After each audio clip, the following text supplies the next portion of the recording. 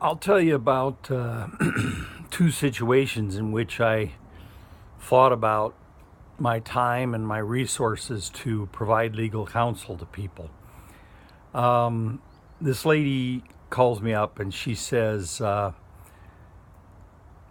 I got divorced from my husband, I had no money. He had a little bit of money. He had a job. And so he told me that he was going to hire a lawyer, and I think he did hire a lawyer, and that he was going to get custody of our boy, but that so that he wouldn't have to pay child support.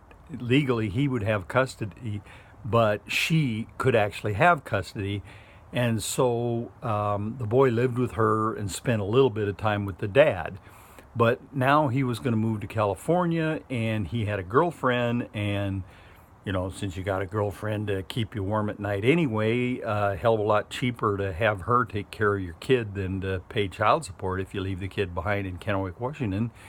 So she needed help to get legal custody of her kid so that he wouldn't haul the kid off to California. And I said, God, you know, I take on so many freebie child custody and divorce cases. I just can't do another one. Come on in. I'll do all the paperwork for you. You go over and file it yourself. So she comes in, and I'm telling you, she was just salt of the earth. Good people. And so I said, all right, damn it, I'll go to court with you on Monday morning. So I get everything ready, and I get over there to court Monday morning, and the husband's lawyer is this, you know, Bernard Montgomery, General Bernard Montgomery of the British forces, this swaggering little dickhead. That was this lawyer. And so he kind of struts up to me and he says, I think I know something about your client you don't know. And I said, yeah, what is that?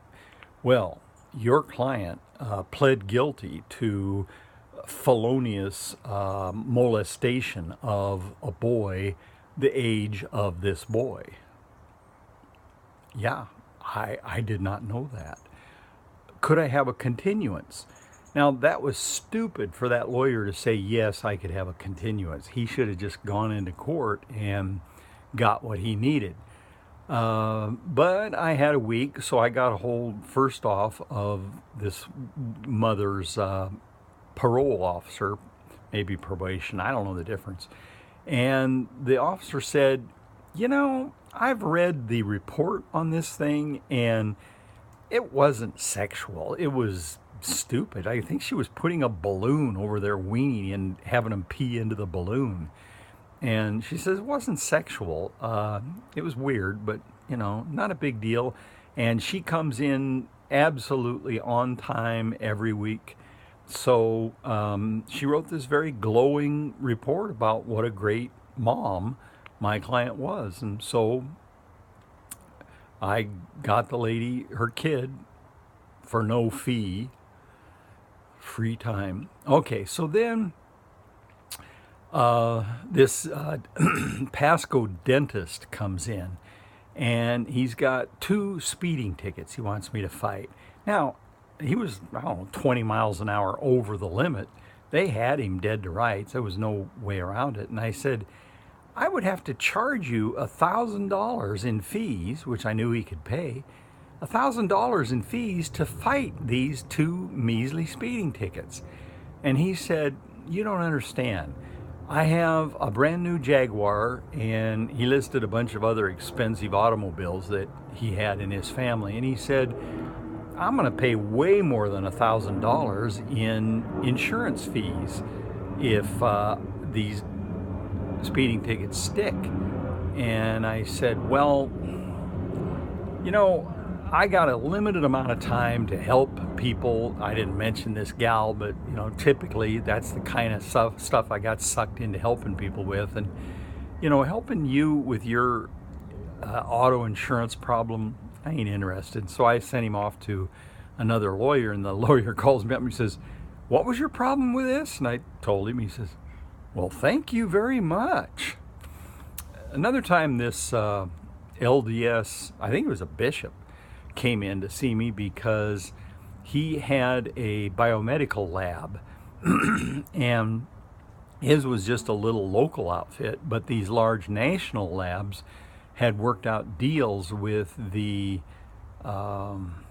doctors in town where they would put a refrigerator in the doctor's office and then pay this exorbitant rent for locating the refrigerator to store the samples when they came to pick them up. So it was a kickback scheme. And so this doctor wanted me to prepare a kickback scheme for him. And I said, I get it that I think that legally this would fly, but it totally violates the spirit of the law. It is a kickback. I'd rather not do it. So he went down the street and found another hotshot lawyer, and that lawyer calls me up and he says, "What's wrong with this?" I says, "Well, it violates the spirit of the law."